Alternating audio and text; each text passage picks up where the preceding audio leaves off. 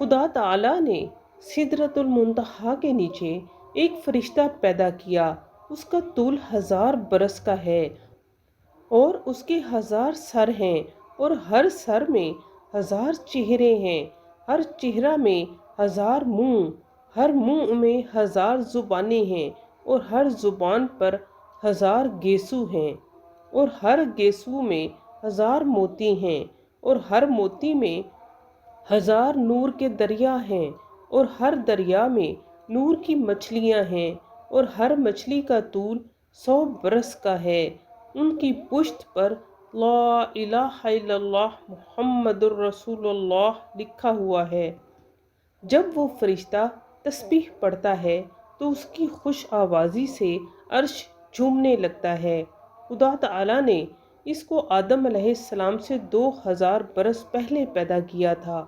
جب شب معراج میں حضرت نبی کریم صلی اللہ علیہ وآلہ وسلم نے اسے دیکھا تو اسے سلام کیا۔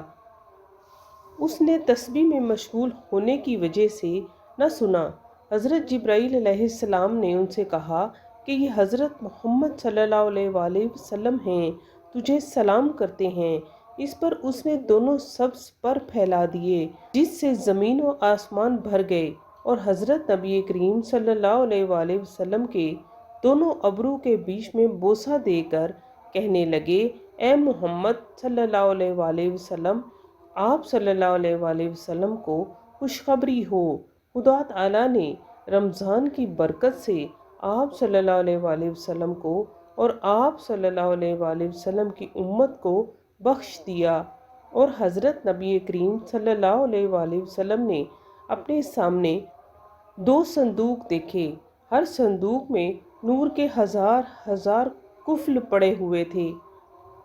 آپ صلی اللہ علیہ وآلہ وسلم نے اس سے ان دونوں صندوقوں کا حال پوچھا تو کہنے لگے، ان دونوں میں آپ صلی اللہ علیہ وآلہ وسلم کی امت میں سے رمضان کے روزہ داروں کے لیے برات ہے، اور میں اس میں گواہ ہوں۔ اس کو نصفی رحمۃ اللہ علیہ نے نقل کیا ہے۔